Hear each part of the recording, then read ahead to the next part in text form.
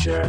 There are no people. There are no people in the future. No people at all. There are no people in the future. Where did all my people go? There are no people in the future. Let me try my people call.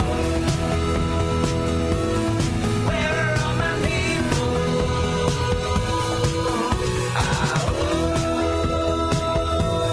Where are all my people?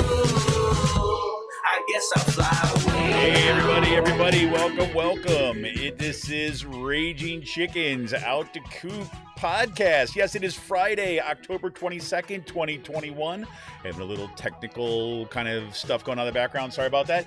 This is Kevin Mahoney, editor and founder of Raging Chicken. And each week I talk to the campaign manager for Scott Perry for Prison 2022, Sean Kitchen, about the good, the bad, and the ugly in state and national politics. Yes, and we are streaming live at our YouTube channel right now. Don't forget to smash that subscribe button, like the stream, and hit that bell so you know every time that we go live, and share it out to your friends, your family. Share it out to people you hate. I don't care. Just get the word out. Encourage them to subscribe to our channel too as well. And make sure you get our podcast wherever you get your podcasts. On today's show, yes, Biden makes a last attempt to personally lobby his friends in the Senate to pass his Build Back Better plan through reconciliation. So far, his efforts have led to a decrease in the size and scope of the bill. According to reports, Biden told progressive lawmakers that the bill is likely to be cut from $3.5 trillion to a ceiling of around $2 trillion. Recall now that the $3.5 trillion bill was the original compromise bill, down from the initial $6 trillion. So there you go. So things are going in the right direction. Is that what's happening? Is what all that kind of camaraderie is all about? Biden also reportedly told lawmakers that free college, community college tuition will be cut, and the extension of the child care tax credit will be significantly scaled back. Hey, can you see that white flag flying from the White House? I don't know. I think I can see it from here.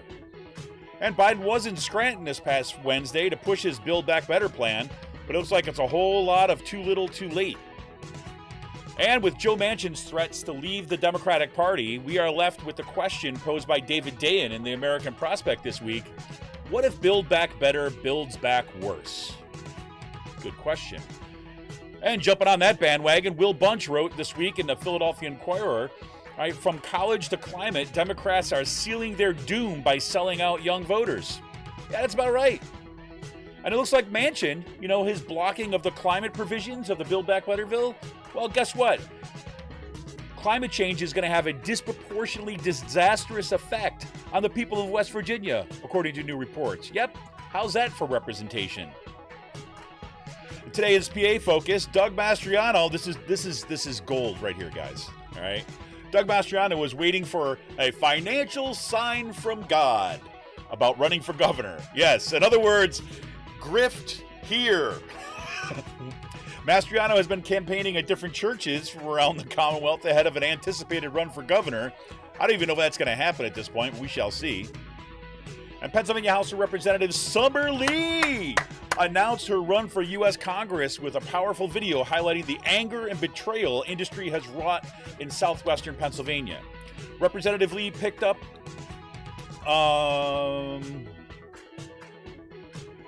the endorsement, the future mayor of Pittsburgh. What is this? Representative and the future mayor of Pittsburgh, Ed Gainey's endorsement for the seat of the first day. Sorry, Sean just put that in before the show, and I hadn't pre-read it. My bad. Sorry, I apologize. And it's been over 300 days since a full-time and part-time professors at Harrisburg Area Community College completed their card signing process and filled their petitions for a union vote. The school is the only community college in Pennsylvania without union representation, and PA Spotlight is going to be getting ready to peel back the layers of Dr. Ski's anti-union past. Buckle up. And University of Pittsburgh faculty voted overwhelmingly to unionize this week. Fantastic. And Kutztown University, my little place of work, saw a flurry of progressive action this week. On Tuesday, the student group KU Activists protested the university's denial of ADA accommodations to at-risk students and faculty, and President Hawkinson's overall magical thinking regarding COVID protocols. Yep, that was a good action. And then on Thursday, KU dining hall workers went public with their union organizing campaign, holding rallies outside several university dining halls throughout the day. And they are, I believe, the only dining hall workers in the entire state system of Pennsylvania, I can't talk today, without a union. So it's about time. Sat there with the chance of, like, what do you want, union? What do you want? When you want it now? If they don't get it, shut it down. So glad to see that. It was great to be out there with folks kind of supporting that campaign. At today's last call, we'll just kind of let you know what's going on here. We're going to have a little bit of a short show, abbreviated show today, probably. I want to remind you to tune into the Rick Smith Show, streaming every night on YouTube, Twitter, and wherever you get your stream content. You can also check out all his shows on freespeechtv.org, his shows on WBAI in New York, KPFK in Los Angeles. And make sure you subscribe to his daily podcast. You can get all that information at thericksmithshow.com. Now, if you haven't already, you got to check out the Sisters of the Night Caucus podcast. You can find it on Anchor, Spotify, iTunes, wherever you get your podcast. The amazing PA women stirring the political cauldron behind that podcast rock the house, and they know where the bodies are buried. And make sure you're following them on Twitter at the Night Caucus. That's at the Night Caucus on Twitter. And attention, all you gamers out there, the Game Inn, that's with 2 N's. The Game Inn is a Quakertown-based, black family-owned gaming store. They're friends of the show, and they've got everything from retro N64s, latest consoles, video games, platforms, collectibles, action figures, Funko Pops, you name it. Check them out at their Facebook page, at the Game Inn Facebook page. Follow them on Twitter at the Game Inn, that's with 2 N's. And if you're looking for something special you can't quite find, shoot them an email at thegameinpa@gmail.com. That's thegameinpa@gmail.com. And a special shout out, as always, goes to Jonathan Mann, who wrote our intro song, There Are No People in the Future. Check out all his great stuff on his YouTube page and follow him on Twitter at Song a Day Man. That's at Song a Day Man on Twitter. And this week, coming up on Mondays out to Coop Live, we're going to have an open phones. There's a lot of stuff I want to be talking about that we haven't had a chance to cover on the shows throughout the week. So we're talking about that. Hopefully, we're going to get some calls in from some of the activists who've been doing some work on the ground, like at Kutztown University and around the state. And we've got getting ready for a really great November. We're already kicking out with some great guests. We're going to have Kirsten Zolfel back on the show to talk about the PA First and what's happened with the Brian Fitzpatrick. And Brian Fitzpatrick's making some more moves this week to try to show himself to be a moderate. And then we're also going to have Laura Putnam on the show in November. And she is a professor of history at University of Pittsburgh. And she's going to be coming on talking about, looking at the kind of rise of some really, progressive politics in the Pittsburgh area, out of Western PA, as well as kind of looking at some of the recent pieces that she's had about what actually happened in terms of progressive politics in the Midwest and the Rust Belt. So I'm really looking forward to talking to her. Want to remind you, look, that if you need a progressive future, if you want a progressive future, you need a progressive, I think we need it, right? Well, we need progressive media. Support Pull No Punches homegrown progressive media today by becoming a patron of Raging Chicken for as little as $5 a month. Just go to patreon.com/rcpress. And I can tell you right now, our Patreon is going to start getting a little bit more active because I got some questions for patrons about directions for Raging Chicken going forward. Want your ideas about building up some power here in Bucks County in the PA First. And that's going to be a conversation that's going to be taking place on our Patreon page. One little bonus is to be part of that conversation about going forward about building progressive media in Bucks County. So head on over there. You can become a patron for as little as $5 a month. Again, it's patreon.com/rcpress. Help keep the movement in the media and the media in the movement. Become a patron for as little as $5 a month because going patreon.com/rcpress today.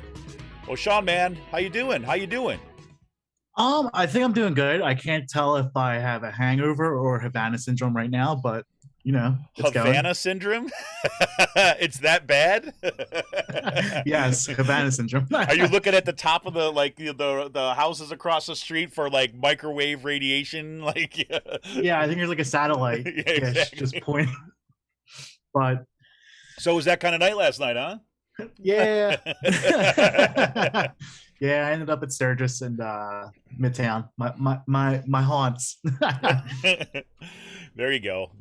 Well, I had barely. Yeah, I went on. I had a good cappuccino this morning too, so at least I got to start on the right foot. Well, there you go. From Elementary Coffee. So There you go. Shout out right there. Yep.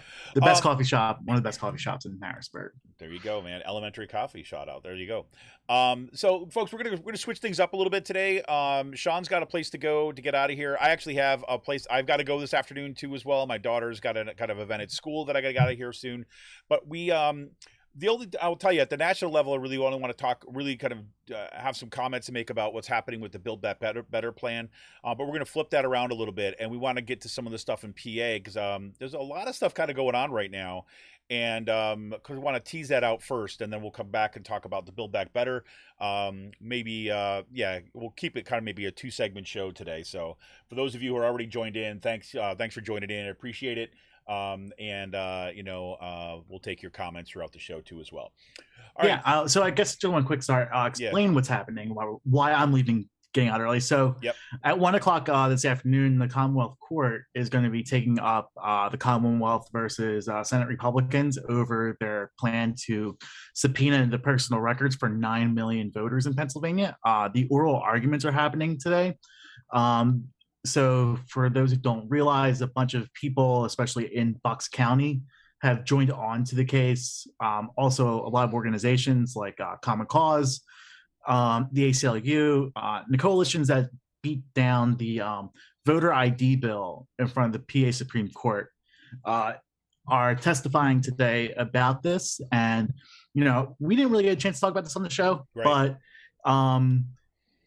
one of the emails that we uncovered through Spotlight is featured in Shapiro's lawsuit to shut this down. And it's the email of Stuart Ulsh basically asking Mastriano and Kim Ward, who are both members of this committee that filed these subpoenas or voted on these subpoenas, to do whatever they can to overturn the 2020 election.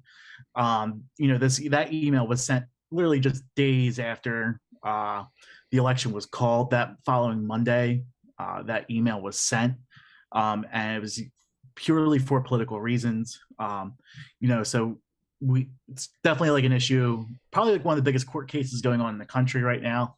And I just want to get pictures of people going in, photos and videos of people going in and stuff like that. So definitely that's why I'm leaving early. So yeah, it's gonna be a big day. It's gonna be a big day, and I think a historic one too as well. I mean, like you said, this is a huge case, and it's gonna have it's gonna have, either way, it's gonna have potential, it's gonna have impacts, right, on kind of the future of politics. So cool. And the good thing is too is that we all get to be treated to some of Sean's wonderful pictures, hopefully, like down the road. Maybe. I hope so. So that's probably why I'm ducking out early. But yeah, that's going on today, this afternoon at 1:00. And it should be interesting. I don't know if I'm going to go in, if I'm going to be allowed to go in with having my bag with me and all, but I definitely want to get footage of people going in and out. So fantastic. So let's get, since we're kind of talking about all the things that are going on today, it's like a new story just kind of broke about Doug Mastriano, right? This is kind of, I don't know if we can consider this like a pre-launch, like a campaign launch story or what? Yeah, so he's asking God for a financial sign. He's waiting for a financial sign from God to run for governor. This is just a shit show. I guess we're just living in like an alternate reality right now. This is not normal. Like, you know what I mean? Just like, oh God, yeah. So look, so here's the story in the Philadelphia Inquirer. Just the subheading for this, right? So, I'll read this heading and that subheading. It's too perfect. It says Doug Mastriano is waiting on a financial sign from God about running for governor. Subheading: the state senator and his wife Rebbe told a Bradford County church that they have issued a monetary fleece before God, seeking a financial sign that he should run for governor. It's like incredible. This is like what evangelical prosperity gospel bullshit on steroids running for office, like the prosperity. Holy crap. And you say and it's also, I think this article points out that Mastriano has a really big hard-on for Jake Corman at the moment, who neutered him, who took away his spotlight, his toys. with the audit and kicked him out of caucus.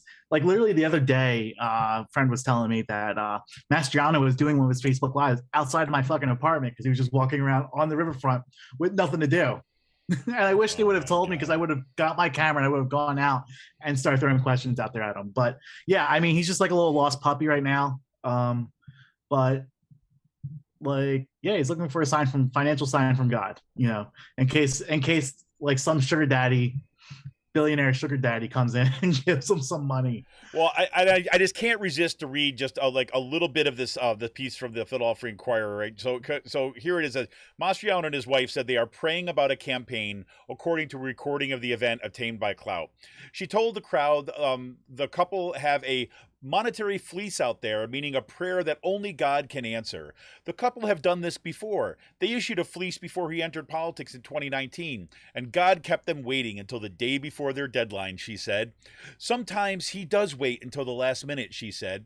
Well, while they wait, Mastriano showed no hesitation in attacking the primary competition. He mocked former U.S. Representative Lou Barletta of Hazleton, who released a poll this month showing him as the early favorite for the Republican nomination. That was a rigged poll, said Mastriano, offering as proof his own poll, showing himself as the top guy in Pennsylvania. You got to love it. I mean, I will give Mastriano some credit. The poll that like this came from is Susquehanna Polling and Research, which they really don't have a really good track record of polls. It's probably like one of the shittiest polls like in the state. It ain't no Franklin and Marshall. Let's just leave it at that. Right. Well, I'm sure like Mastriano, of course, used Franklin and Marshall to do his polling, right? Oh, yeah, absolutely. He was probably up at the Terry Madonna. Bringing Terry Madonna out of retirement. Yeah, he was probably up at that like Iron Rod convention thing, getting his polling done. Zach was at that. Yes, Iron Rod convention. Yes, he was. Zach. So the funny thing about that, Zach messaged me the day before. He's like, "Hey, do you want to come to this?" I'm just like, this is a joke, right? And it wasn't. And just like seeing the stuff. I mean, I've seen the moons up close and personal a bunch of times over the years. Been there, done that. Yeah, I really don't want to go into their backyard. Yep. At that point, but yeah, so. But you missed out on all the kind of like, the after ceremony firing range with the AR-15s and stuff, Sean. I'll tell you one thing. If I went there to that, I would have fired off an AR-15. I would have asked. I fired the largest gun I've ever fired was a 22. So, I had to get that credit somehow. Yeah, that's different. And that was I was in Scouts. Yeah. I didn't have a recoil to it. Yeah, the largest one I've ever shot was an AK-47. So. Were you wearing were you dressed up as like an IRA member at the point? No. It was actually I was actually with your Adidas overalls. No. We were in the basement of the apartment that we were renting. Oh God! I kid you not. I'll tell that story off air.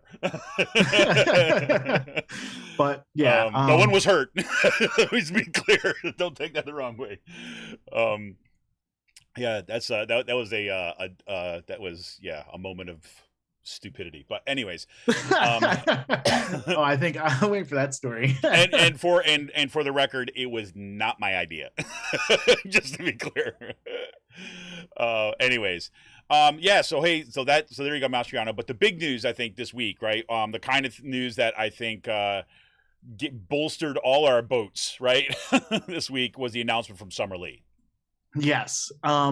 So the news came out, trickled out the day that Mike Doyle announced his resignation, like hours beforehand. Summer Lee filed her paperwork for her websites and all that. So there's that Twitter account that tracks all government, tracks all the website domains for people who are running for Congress with FEC filings. And Summer Lee popped up, and then Bethany Hallam, the Summer's big time promoter on TV. I don't even know the promoter, her promoter, Bethany Hallam, is getting everyone to donate to Summer. And it's also it brings me back to first, the video was awesome that she released. Oh, it was incredible. I mean, it brings in that anger. When she pretty much F you to U.S. Steel and said basically the Braddock that she always heard about is a fairy tale. Right. And it gives the narrative that the Braddock that Fetterman talks about is a fairy tale. a bit. Like, you know what I mean?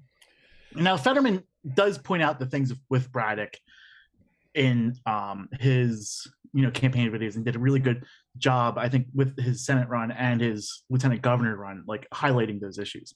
I agree. But like, it's a different narrative with Summer, and basically saying like the Braddock that everyone's talking about is the Braddock we never knew about, because that Braddock died in the 1950s and 60s. Yep.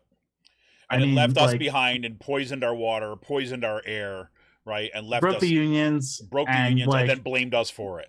Yeah, which is like that right there is the most powerful line. You destroyed our communities and then you blamed us for it. Yep. I thought that was an awesome line. I mean, and it reminds me of like growing up in the Juniata, Kensington part of Philadelphia, like Kensington, Fishtown, like that part of the River Wards in Philly used to be like the textile capitals of the country. Yep, that's right. My dad used to have the warehouse job, and it reminds me of like that. Like, you are the people. Industry is the one who destroyed this area, not like us. And they got the blame for it. And then, secondly, it reminds me of like the interview we did with Summer. I did with Summer at the PA Progressive Summit. Yeah, it was a few years ago with Sarah Yep. and Elizabeth Fiedler. Yep. Like, you can tell that they weren't messing around at that point. And like the it was amazing. Still, like, that interview is amazing. Definitely recommend listening to it. But also, like, the way people were talking about in Harrisburg. And when you tell, like, I remember months before the primary, I told them, like, listen, all three of these Democrats are going to win. And I had House Dems getting mad at me for saying it. I remember that. Yep. Because, like, they had to sink money into defending the incumbents and they lost. Yep. And they got blown out. Not that they lost, they got smoked.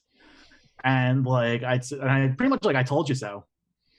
Yeah, like, and we should be clear, like exactly what you said too, is like it wasn't that they just lost, but they got smoked. I mean, I think that was, and I think you had AOC getting like weeks after that. Like exactly. Yeah, no, they got smoked in these elections. And no, I mean, like, Summer Lee strikes the fear of God into people. Like, no pun intended. Like, but like people are afraid of her. I mean, like it. You see what they did the last time around. They ran literally a jar of mayo against her, thinking that they were going to win. Exactly. I don't even think it was mayo. I mean, I think it was more like Miracle Whip, to be honest with you. But like that's like what they were doing, like, and how the party reacted to her. I know it's going to be interesting to see how she does with this. She already picked up the endorsements of the Justice Dems. There's already talk of like Connor Lamb trying to pivot, maybe try running for both at the same time in that House district, and like, oh, God. Yeah, no, get ready, people, because the Democratic Party will do everything they can to stop her from getting the seat. Which is astounding. And I mean, it's also. I think like this also draws like parallels to, like the India Walton thing that happened this week. The whole entire story of like, like stopping powerful Black women from getting into office. Like, like the fact that you had the one guy comparing her election to like David Duke getting elected. It's incredible. Yeah, and still we should say too, the one guy, right, who did that. Tell everybody who did that. The head of the state party, who was a huge Cuomo defender. Democratic Party, right? So let's be clear, right? So it wasn't just some rando that was saying this. This is what the state Democratic Party came. This is what they were saying. And it forced Schumer Schumer's hand. He was one of the only few holdouts in the state. The state party head and the current governor, the only two who haven't endorsed, and it forced Schumer to endorse. But I mean, getting back on track with Summer, she picked up Ed Gainey's endorsement on the first day, which is awesome. She picked up Justice Democrats' endorsement on the first day. She's going to have an interesting race. And we'll say her the person she's running against now seems to be a very progressive civil rights professor, civil rights attorney. Jerry Dickinson's his name, man of color. He had a lot of support in 2020. And I mean, like, if he's the moderate in this right now, I think that shows the future, a good sign of like where politics is going in Allegheny County and southwestern PA. I agree 100%. And I think, I mean, we talked a little about this on the phone this week, and I think that, I had no reference point for who that guy was, and Sean kind of shot me the videos, like the launch videos and stuff. And like, if in a completely blank slate, right? If this guy had emerged as a candidate, right, as a candidate to run, there was no other kind of Democrat running. I mean, I think progressives would look at this guy and be like, "Oh, this is pretty interesting," right? Came out initially for like Green New Deal and things like this, you said, but then you compare his launch video with Summers' video, and you're like, oh, wait a minute. That guy's now the moderate, right? And not the moderate, but like Summer Lee's well where all the energy is. I mean, Summer Lee is freaking rocking the house, and I think is going to resonate throughout that region. I'll again, if it's not clear already, I'm all in on Summer Lee, right? 100%. So. Yes, I we already gave the summer. Yeah, we did. Bethany has been day freaking one, right? Yeah. So, I think she raised like close to $100,000 this week so far, just from small dollar donations. So, I mean, yeah, it shows you the power of having a good having that stuff lined up. So, absolutely fantastic. So that was a huge news this week. So what else are we going on? You've got a little thing happening out at Hack, I understand. Yes, this is a story we're going to have coming up in PA Spotlight probably later on today. It has been 300 days since the union there has, or the PS. It's been 300 days since PSEA and HAC, the professors of the HAC, have filed their petition to have a union vote. They have not had a union vote. There is the president of this union is Dr. Ski. Don't know how to say cannot pronounce his real name, but he goes by Ski. Personally, in the area. Wait, not the president of the union, the president of the university, president of the college. President of the university. Yeah, I'm sorry about that. Yeah. Yes. Dr. Ski has a long track record of attacking union workers, he has a long track record of going after unions, union drives at the universities he's been at. And there's a lot of stuff happening in Hack with this. Hack is the only community college in Pennsylvania right now, or with Erie, I'm not sure, but one of the only ones in the state that does not have union representation. And the Hawk Faculty United is trying to change that. They've been at it for months now, and yeah, it'll be interesting to see like how everything goes. Yeah, and we're trying to use our platform to help their cause. Well, and indeed, I mean, yes, 100%. And especially when you've got kind of like a dude that calls himself Dr. Ski, right? Serving as the kind of anti-union head, kind of like a Dick Dastardly character kind of up there. So there you go. Now, and let's just say he has a lot of like social capital within liberal circles. Right. And democratic and political circles up here. And, we'll see how the social capital holds up after this. Yeah, exactly. Exactly. And, we can see like another positive example there too, as well. University of Pittsburgh faculty voted overwhelmingly to unionize this week. That's congratulations to everybody out there who's been working on that campaign. I know Robin has done kind of, is one of the organizers who's been working with the United Steelworkers out there for years. Robin's an awesome organizer, and again, I don't want to kind of say just Robin. Obviously, the faculty who organize to kind of bring that union to fruition. The voting for the faculty is there. So now what we need is kind of all support behind them, get them their first contract, and kind of increase that union density in higher education at least. So there we go. They're pretty cool. Pretty cool. And the other thing I want to mention too, as well, at Kutztown University this week, I want to give a really huge shout out to the student activists with KU Activists. They had a fantastic rally on Tuesday. Basically, again, about the lack of proper protocols when it comes to coronavirus, the denial of ADA accommodations to students with disabilities, students who had kind of significant health risk when it came to COVID, and refusing accommodations. They've been at a really active campaign on Instagram, which have been posting student stories about students basically you know, choosing, asking for accommodations because they're worried about coming back for COVID and they have some sort of disability. And you have basically administrators or, or folks within the university saying, well, maybe you need to consider going elsewhere, or maybe you need to take some time off and come back when you can, just like no kind of empathy at all and no kind of willingness to work with that. And of course, Steve Oros, who we've had on this show, we've been telling his story, guy who had the heart transplant, who was denied ADA accommodation. Steve Oros was there, and he spoke and told his story too as well. 69 News out of Allentown had a good story. They were covering it. It was fantastic.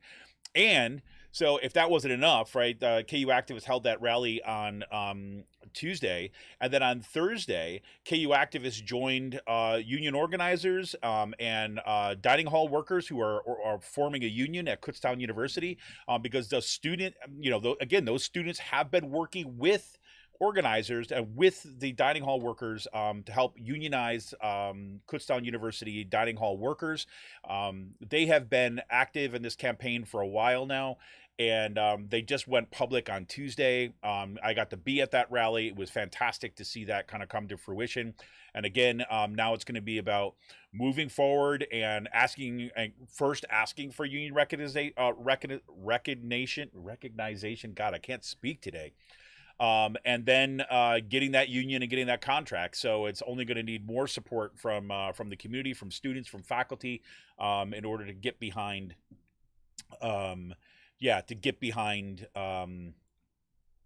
those workers.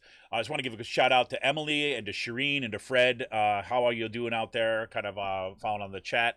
But yeah, so it was a good day, and I have to say is like one of the things that I would have liked to see even more of is even more folks out there each day. But there was good crowds both days.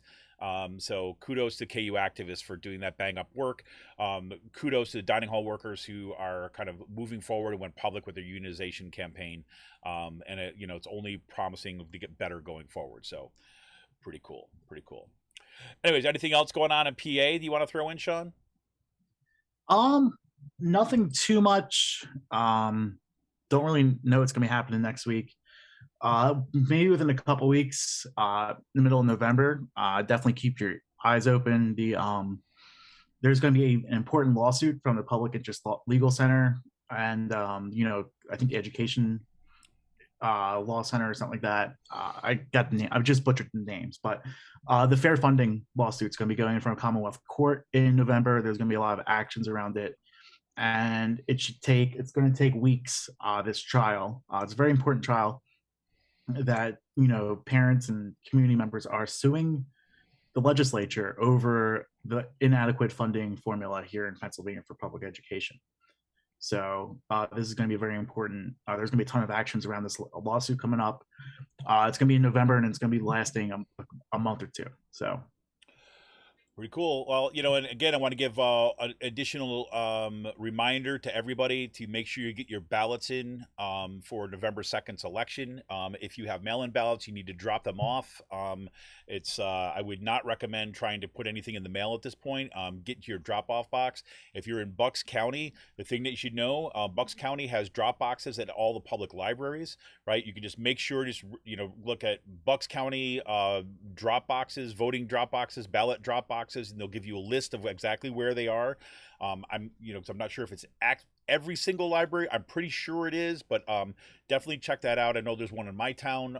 So make sure you get your ballots in, and make sure that we get these school board candidates elected from the Penridge United, from the candidates we've had on this show from Palisades. I understand. I just got in touch with it. We'll see if we can get these folks on. I don't know if we're gonna have enough time before the election, but apparently there's a fairly contested race that's going on up there in Quakertown too as well. So someone just reached out to me a couple days ago that we're trying to kind of see what's actually happening, try to understand what's happening in the Quakertown School Board. We know that there's been all sorts of kind of union issues that have been taking place there with staff workers and things in the past. So we'll see what we can bring forward there. So vote. I know in Kutztown area, right? We got Steve Schnell, who's running for school board out there. They're facing their own kind of right-wing craziness with a lot of this, keeping kids in school pack, dark money groups kind of dropping all thousands of dollars into that race. So look, there's a lot at stake right now. So make sure that you're getting out there and voting on November 2nd if you don't already have a mail-in ballot. If you have a mail-in ballot, make sure that you get to that drop box and register your vote now more than ever. Anyways, we're going to take a quick break, and after the break, we're just going to talk a little bit about this Build Back Better stuff. Sean is probably going to take off, but if he is here, great. If he wants to have any chime in on that, but we'll kind of keep it short after the break and talk a little bit about where we're going from here and some plans going forward. But for now, this is Kevin Mahoney, editor and founder of Raging Chicken. Want to remind you that you can help support this show. You can help support all our shows by going to patreon.com/rcpress, and you can become a patron for as little as $5 a month.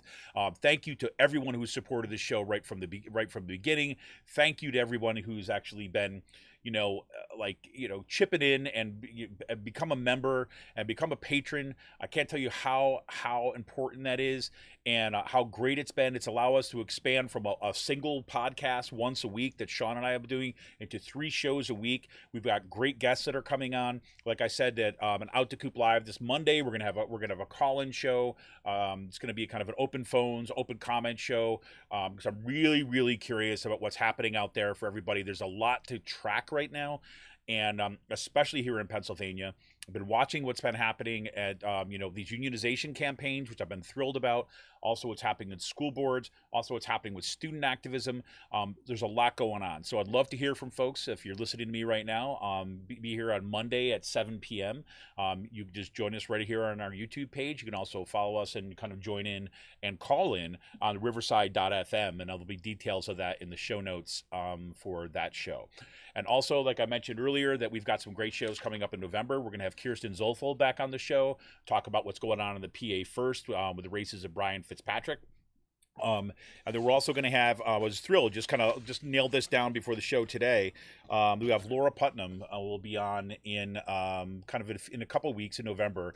And Laura Putnam's a history professor out at University of Pittsburgh, and she does great work on kind of tracking social movements and in particular with what's happening in the kind of the Allegheny County, the kind of the areas surrounding Pittsburgh, and this kind of leftward turn that's happening there in the politics. And we're going to be talking about one of her recent articles in the journal Democracy and some of the kind of post-election results about what actually take place. So we'll have her coming in kind of after we know the results of the elections from November 2nd, and we'll kind of get a lay of the land of where things stand at this point in kind of Western Pennsylvania and the state of Pennsylvania as a whole. So those are just 2 examples. We got some other great content coming for you. And like I said, for those of you who are our patrons or are thinking about becoming a patron, we're going to have starting to lively up the Patreon site for patrons only, and we're going to be talking a little about directions to go forward about building kind of capacity in kind of building power, organizational capacity, media capacity within Bucks County and the kind of surrounding counties. And I want people who help support this show. I want to hear from you, right? I want to hear some of your ideas. I want to bounce some ideas back and forth with you about some of the things I've been thinking about and what it's going to take in order to do that, and your ideas for how to make that happen. But that'll all be coming up. But you can be part of that conversation too as well by going to patreon.com/rcpress and become a patron for as little as $5 a month. This is Kevin Mahoney, editor and founder of Raging Chicken. We're going to be right back after this quick break, and we're going to talk a little bit about the craziness happening in DC. We'll talk to you in a minute.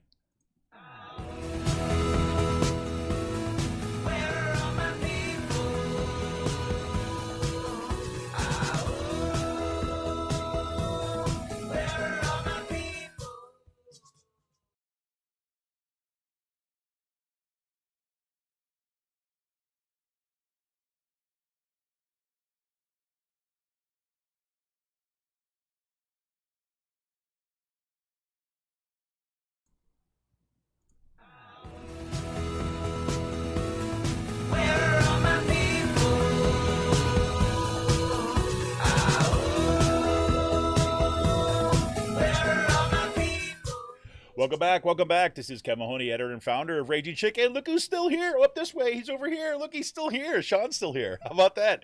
Yeah, we're kind of blowing it through pretty quickly. So Emily said in a comment that her daughter was in a non-union crew job at a community theater, just gave her notice because of her lousy working conditions.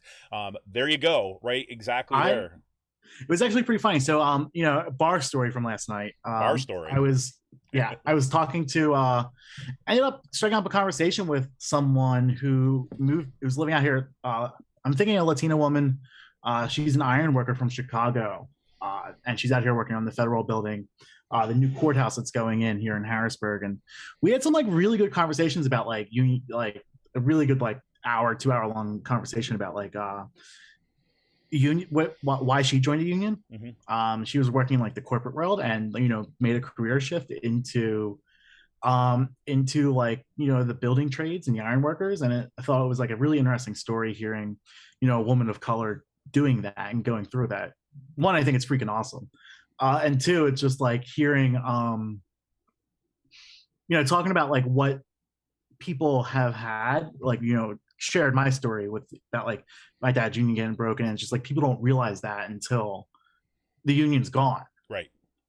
Like and the benefits and stuff like that, and or like or people have a shitty working condition and they join a union and then they see like what they were missing out on.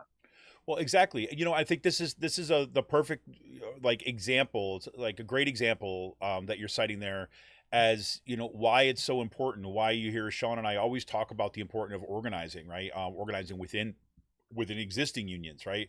It's not okay to just kind of get your union and then go off kind of like in kind of a business unionism one and then forget your members. It becomes absolutely important to kind of engage your members all the time, precisely because I think it's just natural. Like if you're kind of come in, you weren't part of a struggle, you weren't part of the process of getting a union, right? It's very easy to take it for granted or not realize what you're kind of what you're actually getting until you lose it, right? And it's much easier to keep a union than it is to kind of get one back, right? So and also like critical. Also reading some of the reactions by like economic professors at Pitt over I got blocked by a few of them. I just calling them scabs on Twitter. But it's amazing just like seeing like, oh, they're only doing it for the money. And just like, obviously they're like, oh, now we're going to get paid less. No, you're not going to get paid less. Like, and it's also like, it's not about having a higher pay either. And they're like, we're paid well enough. I'm like, no, that's not the point of a union. Like the point of your union is not to get paid enough. It's to have representation.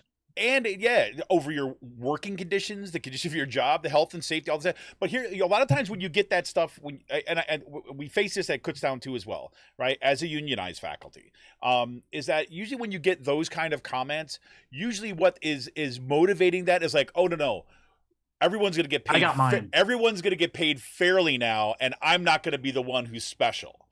Right? As I'm not going to be the one who gets to lord it over and kind of feel like I'm the king, right? Kingmaker here, because other people are going to get treated fairly, right? I mean, that's really what's at the core of it right there. So yeah. So. Anyways, Emily also says that 5 people left that theater company within a 3-week period because of the working conditions. Yep, there you go.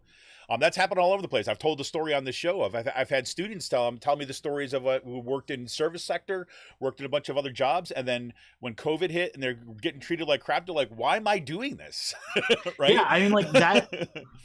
Like when I left my previous job at the brewery, Pizza Boy, like I told myself, I'm not going to rehash that story, but I told myself, like, I am never going back to this because of how bad, like, the service sector jobs are, like, working in the restaurant industry. And it's like, it's not a surprise that, like, the restaurant industry is struggling right now because it's, like, been a really, like, horrible industry to people for decades. COVID hit, the industry pretty much collapsed, and now no one wants to go back to work in it. Like, you know what I mean? Yep. Like, if you had to deal with that abuse or toxic work environments for years and that's like your source of income and you're just fed up with it, COVID pandemic was a good excuse to like never go back. I guarantee there's a lot of people who are just like, fuck this shit, never going back into like these jobs again. Well, that's what it is. It's just, again, this is what the story I heard from my students. Like, again, it was remarkable to hear this conversation kind of come out like naturally, like it was stuff that they were writing about in their own writing, and they're kind of like suddenly they start talking about some of this stuff, and I'm like, whoa! I mean, I didn't see this coming. But it was also that idea that, wait a minute, once I have a break, once I can get like detach from the churn, right, of like the day to day of kind of, okay, that's got to do this, and you have a moment to stop and reflect and realize you're being treated like crap. right? Then suddenly you're changing your standards. You know what I mean?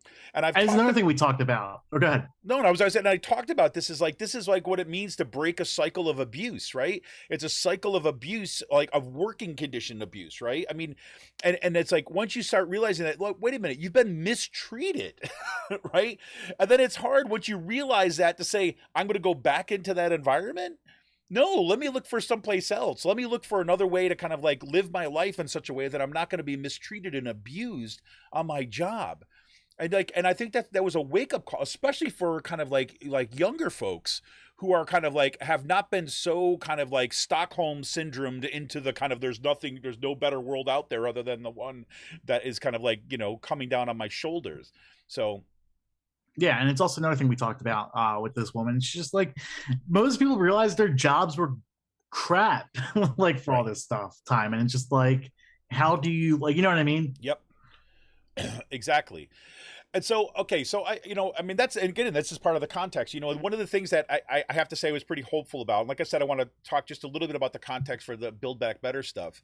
You know, in part because it's happening nationally. But I mean, I can't tell you, it's like, this is the kind of stuff that I've literally had to walk away from kind of following the day by day of what's going on in DC around this bill, because it's been making me sick.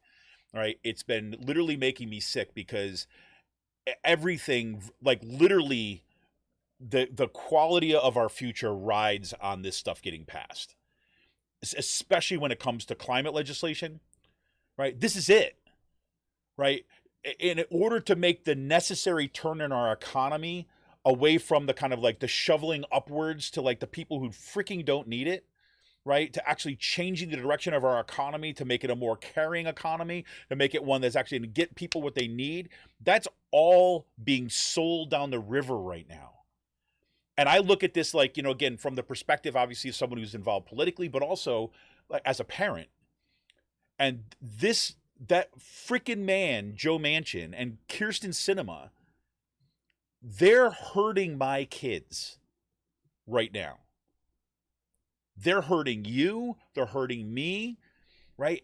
And this shows you how freaking corrupted that process is up there. It shows you how like anti-democratic the Senate is. It shows you how like anti-democratic the filibuster is. It shows you the kind of corruption and the rot at the core of these freaking corporate Democrats, right? And what's worse about this, right, is that first of all, if this Build Back Better doesn't go through, which it looks like it's going to go through, and it's going to be like a bad bill for everybody, there'll be some good things in it, right? But it's not going to be sufficient. It's not going to give us what we need in terms of the climate. And if you think that they're going to pass climate legislation separately with this Congress, you're freaking like, you know, drinking the Kool-Aid big time. Yeah, right.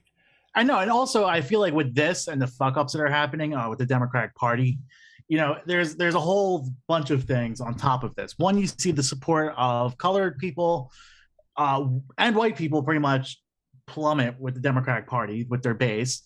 You have a party that's more interested in organizing the suburbs and not organizing the black and brown people who are the voting base, the new American majority, pretty much.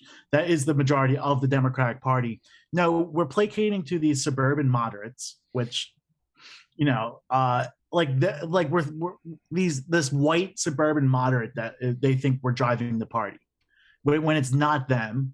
You know, we are completely ignoring the millennials who got Obama elected, who, you know, and Gen Z who got Biden elected, you know, who pushed these people over the finish line. You know, we're ignoring my generation and generation before us in this. And then you have like people like Glenn Youngkin, who is now tied with Terry McAuliffe in a governor's race that should be a slam fucking dunk. Yep. Like, and you have that, and then you have the Democratic Party's refusal to even acknowledge that the school board races around the country is where like all the organizing energy is at for the Republican Party. And it's spelling disaster. And these same people who blame progressives and defund the police last year are going to blame progressives in 2021 and 2022 for like their own undoing. Yep. 100%. Like you want us to come out and vote and deliver when like you made these promises and just pushed them aside. Well, Like, you know what I mean? Like exactly. This is the point that Will Bunch made in his column, right? I mean, this is the point. Will Bunch's column. You got to check this one out. I got the link in the show notes today. I mean, once we kind of publish it, it's not right there in the chat right now, but it will be in the show notes today. It was most latest piece from College to Climate. Democrats are sealing their doom by selling out younger voters. Let me just read you kind of a short clip from this, right? So he starts out with this profile of this guy Samuel Weinberg, right, who basically was organizing a young young Politico, right, started a meme on Instagram called like "Settle for Biden," yeah, all snarky and things like this, and said like, "Hey, he'll do," right, whatever. And the whole idea was, you know, instead of walking away, yeah, okay, you know, whatever. We have no illusions about Biden being like this amazing person or something like this. Like, but we'll do it. We're going to get out there. And this is now here's what Will Bunch writes: says, quote. On November 3rd, 2020, voters in the 18 to 29-year-old demographic turned out in higher numbers than past elections, voted strongly for Biden over Trump, and clearly tipped the key electoral college states like Georgia as the Democrats just barely earned control in Washington. But just 9 months into the 46th presidency, Biden is struggling to earn even that C+ on his first report card from America's young voters. The last week of headlines that free community college is completely dropped from the Democrats' economic plan, and that a Democratic senator has ripped the guts out of its climate strategy, along with a Godot-like wait for major action on student debt, has shaken many teen and 20-something voters who hoped for more. Even Weinberg, now a 20-year-old college student in Western Massachusetts, is growing disillusioned. Quote, "It's insulting that we were being given a seat at the table that we're not being given a seat at the table after helping deliver Biden his victory in November," he said about the lack of action affecting people. Quote, "And it's absolutely devastating, honestly, that our future is being neglected to the extent that it is. Young people are going to bear the burden of these policy blunders." Right? There you go. Right? There you go.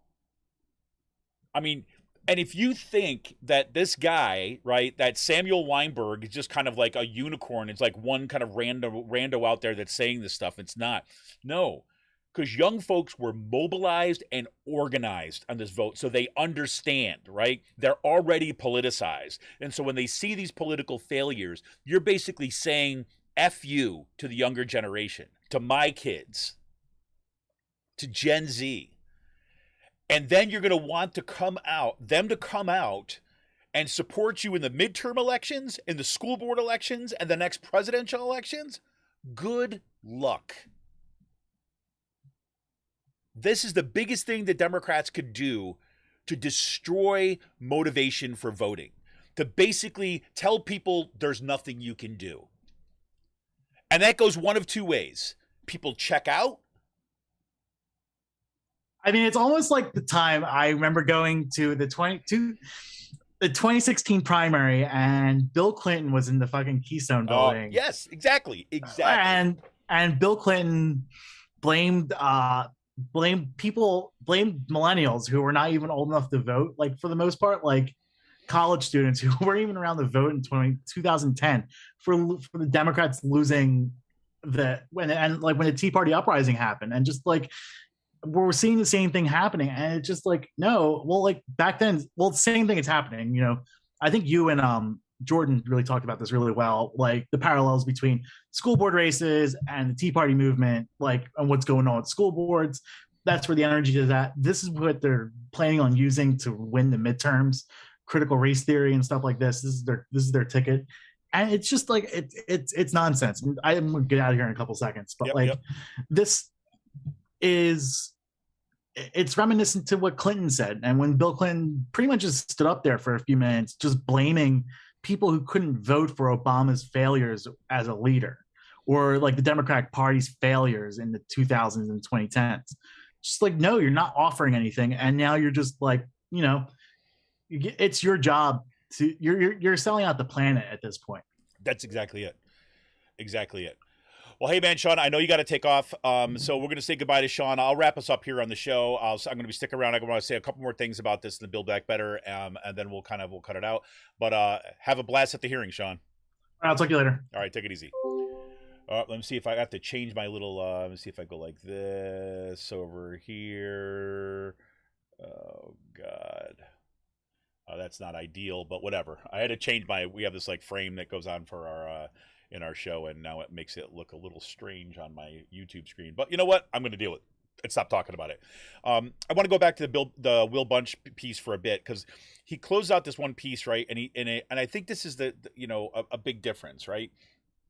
Said, simply put, just toward the end of his article, after he goes through a whole bunch of kind of statistics and research that was done about kind of how important young voters were for Biden's victory, he says, simply put, under 30 voters handed Biden the Electoral College, which makes it hard to explain why. One, the free community college proposal was the very first thing to get dropped. Right? He said Team Biden had already cut it in half by $45.5 billion over 5 years, and it would have helped 8 million middle-class Americans, most of them young people, but they caved under the pressure from Manchin and Sinema. Or that Biden has yet to follow through on a 2020 campaign promise to cancel at least $10,000 per person of America's $1.7 trillion college debt. Let's remember, he doesn't need anybody for that. That is an executive action that all he has to do is sign a freaking order, and that goes away. And he has not done it, right? And he keeps on teasing it out, like, we're waiting for this, we're waiting for that. Like, yeah, the waiting for Godot-like thing that Will Bunch mentions, exactly, right? Or how about the most ambitious programs to tamp down climate change are being taken down by West Virginia's Manchin, who is not only closely tied to the fossil fuel industry, but who receives a hefty annual dividend check from a stake in a coal company, right? So let's be clear about this. Like, we're talking about politics here, right? I'm not talking about perfection. I'm not talking about like ideal world or stuff like this. I'm just talking about like the actual work. Oh, there we go. The actual work of politics. Right. And one of those I'm sorry, I'm getting preoccupied with this, with trying to make my screen not seem so weird for viewers right now. Just give me a second. There we go. But so here's the thing. Yes, it may be true that Joe Biden does not have control over Joe Manchin. Right. So I'm willing to say that, right? In other words, that we could fight this, right? Biden could come out and fight this and still lose, right? The difference is about the political connection, right? It's about what people see you doing, right? So there's a difference between Joe Biden having these closed, what he's doing right now. All the reporting is out there. He's like meeting with small groups of people behind the scenes. Like, he's trying to strong arm them into this. Like, he's trying to basically do his version, his fantasy about what the Senate actually is versus, what the Senate is in his mind as opposed to what the Senate actually is, right? Which right now is just freaking an anti-democratic kind of like, institution that is sending us down to a climate hell. That's what it is. But so he's doing all this behind the door scene. Guess what? Guess who sees that? Nobody out here. All those voters who put you in office, all those voters who got it, maybe were kind of like came out because they were saying, we got to freaking stop this Trump guy. We got to put an end to that. And we want a better life on top of that. And you're telling them you're not going to speak to them. You're not going to go campaign around the country real hard. Right? You're not going to kind of like criticize a fellow senator. Right? People see that. And what that looks like to people like me, to young folks across this country, to a lot of folks who kind of came out to put Biden in office, it looks like it doesn't matter. That we're screwed anyways.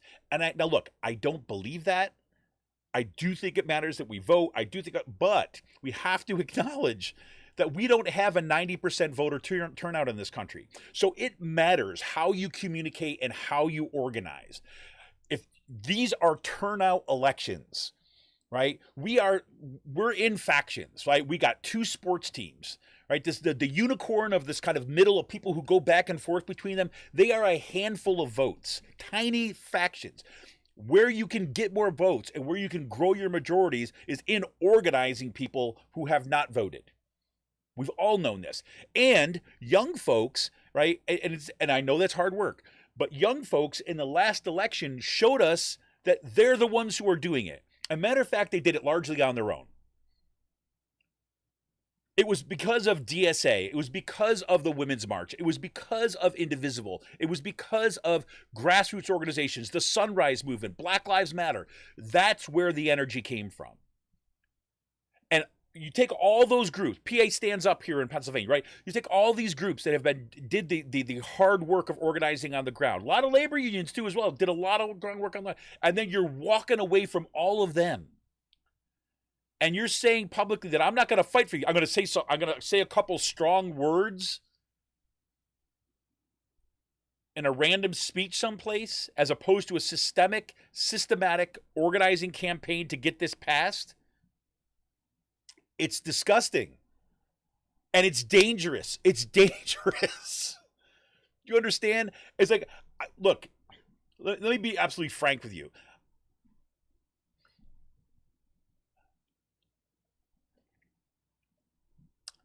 I don't care about electing Democrats. I care about electing people that are going to do what we need for the future. Right? So, in other words, it's like my identity is not tied to the Democratic Party. Right? I don't vote for Republicans because the Republicans vote for the rich. I don't vote for Republicans because they have shown again and again and it's only increasing now, that it is a white identity party that supports white supremacy, right? And unbridled capitalism that is sending us all down into dissolution. Right? But I'm not a proud Democrat. Why? And I know that's going to rub some people the wrong way, but I'm not, because, right, I will support 100% every Democrat that's going to fight for people. But just because you have a D next to your name, no. I'm not going to defend Joe Manchin when he's selling people down there. There was a story that came out in the New York Times this week, right? And about Joe Manchin basically sinking all the climate legislation in this Build Back Better plan, saying, nope, I'm not going to support it. I will not support it if it's too hard on fossil fuel companies. Right? And he says, look, this is important for West Virginia because West Virginia is going to hurt West Virginia if coal takes a hit. Well, guess what? There's all these new reports that are coming out, right? They have come out, right? That are looking at the impacts of climate, right? Now, we talked a couple of weeks back. We talked about ways in which flood insurance companies are going to be increasing their premiums, right? They're starting to factor in climate impacts, and they're going to increasing premiums, particularly in kind of flood-prone areas, by about 18% per year for the next 20 years. Think about that. So they know that we're in trouble. Right? And before your head, like mine, right? I mean, initially I'm thinking like, oh yeah, rising seas, right? Yeah, of course, people who have houses on the shore are going to have the impact. The surprising thing about the reports, though, was that both in terms of where the flood insurance rates are going to go up, and in these recent reports that have come out about the impacts of climate, the worst flooding and climate impacts are going to be taking place in mountainous regions, right? And flood-prone areas that are prominently populated by poor folks, poor people of color, poor white people, farmers, right? Because we've seen this now in kind of southeastern Pennsylvania, these deluges where the kind of like you have these massive fronts stalling out and dumping like 6 inches, 8 inches, 10 inches of rain at a time, right? Because the jet stream has slowed down, right? Things don't pass through in the same way. So, and then you got all this tropical moisture that rides up the fronts, right, on the East Coast and so on. Well, one of the states that is going to be hit the worst is going to be West Virginia, according to these reports. Yes, that's right. Joe Manchin's West Virginia. So you have a state which is one of the poorest states, right, where people are living most precarious lives. Right? You have this kind of runaway kind of like, there's no taxes, and there's like, people like the opioid crisis ripped through that state. And now they're going to be punished from the climate because of the freaking coal industry that Joe Manchin is protecting. And so the only thing that's going to be there to help out people like them in his state is this legislation, which he is preventing from passing. How's that for representation? How's that? And so, look, at this point, there's only so much you're going to be able to do to change Joe Manchin's mind, right? But if we're organizing for power, right? Because look, if you think you're going to, you saw, everybody, all of you saw what happened, what the Republicans in the Senate and the House did when it came to kind of the insurrection, when it came to like the impeachment, when it became all that stuff. They just were going lockstep. They don't give a shit. They're not going to change their minds and see some sort of rational. No, this is a power game at this point. And if the goal is to prevent climate disaster, if the goal is to make sure that people have childcare, if the goal is to make sure that our entire caring infrastructure is prepared for like a society that is worth its name going forward, we have to pass this piece of legislation. And Bernie Sanders, when he came out with a number, $6 trillion for this package to actually do what should be done, there was a bargain that was made, right? The compromise, the $3.5 trillion bill was the compromise. And everybody had agreed. Supposedly, okay, we'll do that. And there was a deal that was supposedly where Nancy Pelosi and Chuck Schumer were like, oh, okay, it's $3.5 trillion. Okay, yes, okay. We'll get this other infrastructure bill, the bipartisan bill that will come through, and then everybody's on board that we're going to pass the $3.5 trillion reconciliation because we recognize it's a big compromise, and then we're going to go ahead and pass the bipartisan one, right? That happened? Nope. Why? Because people like Joe Manchin and Kirsten Sinema went back on their word, right? They lied. And we're going to pay the price for them. And right now, Joe Biden needs to freaking be a fighter. He's supposed to be a fighting Joe. Well, let's see it, Joe. It's really, I'm telling you, this stuff has made me sick for the past couple of weeks. Because I'm tearing my hair out, just knowing what the impact is going to be if this doesn't get passed. Right? I mean, in 2018, we got coming up next week, end of next week, right? We've got COP26, right? The big climate summit in Scotland, Glasgow. And this is supposed to be the time when we're going to take it seriously. And if the United States enters that meeting having not done anything connected to climate, like freaking John Kerry could say all he wants, the United States is going to lead again. You know what? Everyone else at that table is going to look at this and going to be like, yeah, really? What happened to your climate legislation? What happened to your commitments? That didn't pass, and now you want me to do it? Who the hell do you think you are to tell me what to do with our climate? Right? This is danger zone right now. It's just driving me crazy. I shouldn't be clapping because it's not funny or it's not interesting or not exciting. It's like devastating. So anyways, that's what I've been paying a lot of attention to at the national level. So, I mean, fingers crossed they're going to do. I'm going to put some links in the, once we put this up on YouTube and in the podcast form, I'll put all the links to some articles that I really strongly recommend. David Dayen's piece in the American Prospect this week called "What If We Build Back Better? What if Build Back Better builds back worse?" And also Will Bunch's piece in the Philadelphia Inquirer. And a piece from the New York Times on the climate impacts in West Virginia and what Joe Manchin is doing in there. So, what can I tell you? Call your legislators, right? I mean, I know, here in Pennsylvania, call them, just tell them, right? Again, this is like one of these places we only have so much impact when it comes to the Senate. Given who we've got as, we've got Toomey on the one side, which is freaking waste. And Casey, of course, is already going to, is going to vote for the Build Back Better one. So I don't know how many impact we have, but it can't hurt. Call your legislators, call your senators, and make sure that there's kind of urging them to pass this Build Back Better bill, and urge them to freaking fight. right? That's all I can say. Anyways, we're not going to do today last call this week. We're going to go kind of right to close of the show.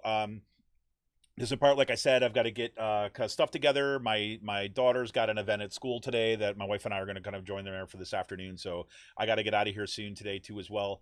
But I want to give a special shout out to Emily, to Shireen, to Fred. We're checking in the chat today. Thank you all for tuning in. Thank you, and thank you for being there all the time. You know, it's love to hear it, and want to tell everybody once again, remind you at Monday, that would be, where's my calendar, October 25th. At 7 p.m. we'll be out to Coop Live. We're going to have an open phones comment show. So bring your ideas, bring your questions, bring your comments, and so on. And want to encourage you once again, for those of you who have supported the show financially, like, thank you. Supported the show by tweeting stuff out. I can't tell you. I mean, like, the crew that has been growing on Twitter and Facebook that have been sharing out our content. Every time we got a show coming up, I mean, you know, I log in the morning at Twitter and there's like, boom, boom, boom. There's like 4, 5, 6, 7 people who just are kind of tweeting out the content. Thank you, thank you, thank you. That means so much to me. And like I said, we're going to be upping our game on Patreon with some discussions for patrons only. A little bit about some ideas I have kind of about moving forward with Raging Chicken to try to really grow a progressive media presence and kind of organization in kind of Bucks County and the region. And but I need some folks to kind of bounce some ideas back and forth on, and so we might do some patron only kind of Zoom sessions, or I just might put out some kind of ideas and get some comments on it. But I'm really kind of thinking about our possibilities right now, right? And because a lot of that's going on is really exciting. There's amazing organizing that's going on, and we want to be there to kind of like help foster that and amplify it, and making sure that we're getting people on the show that are going to highlight the work that's going on, right? So that we can contribute to, amplify, aggregate kind of the already amazing work that's happening. So thank you all out there. I remind you that you can become a patron for this show by going to patreon.com/rcpress. You become a patron for as little as $5 a month. It's like a good beer once a month. Thank you for those of you who are already patrons. And look, if you're out there, if you can afford it, you can afford to kind of step up and hit us with that $5 a month. Please do become a patron at patreon.com/rcpress today. This is Kevin Mahoney, editor and founder of Raging Chicken. As usual, it's great hearing from everybody. It's great being a part of this community, and I look forward to the fights ahead. And fingers crossed, folks. It's a dire moment. See ya.